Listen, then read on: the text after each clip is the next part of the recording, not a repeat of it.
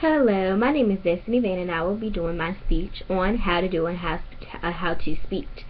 Now, a lot of people, they do a speech on how to create a peanut butter and jelly sandwich, how to make a bed, how to tie a shoe, how to tie a bow tie. And I said, well, that's just average, but not a lot of people do how to do a speech, what you're actually doing. Now, it took me a long time to be able to talk in front of people, but after being at the early college, I learned that there is a lot of talking that you have to do. And doing a public speaking speech, or just doing a speech in general, shouldn't be a nail-biting experience. But for most people it is, and for me it was. And although I haven't overcome the fright of talking in front of people, sounding stupid, or losing their attention, I still have to try, right? And try my best. And that is the big thing that I wanted to stretch here. Taking your time, trying, and actually planning out what you're trying to do is your big success goal. That is what's going to make you succeed in your speech. Okay, so learning how to do your speech, you first have to create an outline. You need to figure out who your audience is, what your topic will be about, the main points, and your main points need to be ranked from how important they are, of course, and how long it needs to be. Now, having an outline, it basically reduces all of the extra details that you have and minimizes it and puts it in one big list, so you don't have to go word for word like writing a paper and then reading it from a paper. Because doing a speech, you can't have a paper up there. Well, you can, but it won't really be that good. But you have to be able to look at a topic or look at some index cards and quickly realize what you're supposed to say in the speech. So next, having an outline will basically reduce the amount of stress and time that you put into your speech. And you don't want to put a whole bunch of time into your speech and then lose your audience. Now, I'm not talking about time before the speech, preparing for the speech, but after, when you're executing your speech. You want to take as less time as you possibly can so you can get as much across as you can. Because people have low attention spans, and no one wants to sit there and listen to you ramble on and on and on and on and on. They want you to get straight to the point. So, the next thing that you should do is figure out your construction. You need to have an opening and intro, which requires an attention grabber. You need to have the body, which is where all of the good juicy details is made at. And then you need your ending of your summary.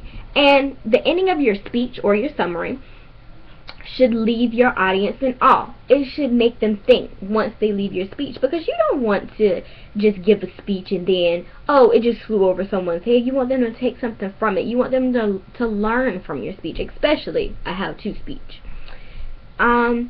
So I'm going to put it in a scenario, just in case you don't understand. When you have a sandwich, you have the top bread, you have all of the meat, the bacon, the cheese, the lettuce, tomatoes, mayonnaise, and then you have your bottom bread to keep it all together.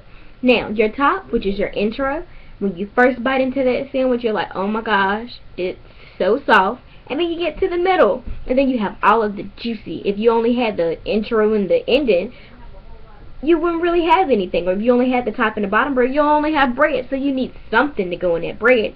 And that something should be all of the information about your topic. Now, if you didn't have the ending, everything will fall to pieces because you need that ending to keep it together. So that is a great scenario on how to create your speech. You need to have your introduction, your body, and your ending, or your closing. Okay. Now, the third thing that you need to do is to write down notes as if you were talking directly to your audience. Because when you go into your audience, you don't want to read directly from a paper. And so practicing like you're talking to someone will help you. And it'll help you remember how you said it when you practiced it. So looking them directly in the eye, talking as if you're talking to a professor or talking to one of your friends, but in a more professional manner. Because you don't want to use slang and jargons and so they won't understand. So for example, using the word LOL.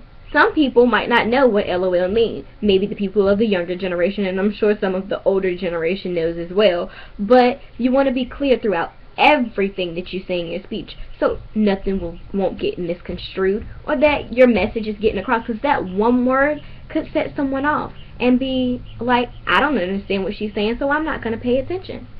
And so the last thing that the second to the last thing that you should do is check. And that's check your tone. You need to check the length of your sentences. Because you don't want to lose your audiences. Because if the length of your sentences are as long as a paragraph, your audience, someone's going to be falling asleep, and you're going to be like, oh my gosh, I'm freaking out. What can I do to make myself more pleasable to my audience? What makes me more interesting?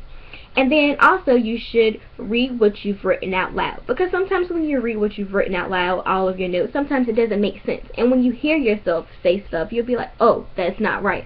Let me change it. Because if it doesn't sound right to you, 9 times out of 10, it won't sound right to your audience either. Now lastly is your ending. And you always want an ideal ending. You want to leave your audience, like I said before, in awe. Like, oh, I just really learned something from her. I just really learned how to create the best speech that I could possibly make in just 5 minutes or in just 6 minutes. And knowing your time will help you go a long way, because you don't want to overdo your criteria, so to speak. And the last thing that I can leave you with is practice, practice, practice, practice, practice. Do not wait till the last minute to do your speech, because you're going to just be rambling, and you're going to just try to condense everything within 5 minutes because it has to be turned in by midnight. Just practice, practice, practice with your family, with your friends, and take your time. And most of all, try your hardest to do everything in that speech, because 9 times out of 10 your teacher will see how hard you actually did try. Thank you.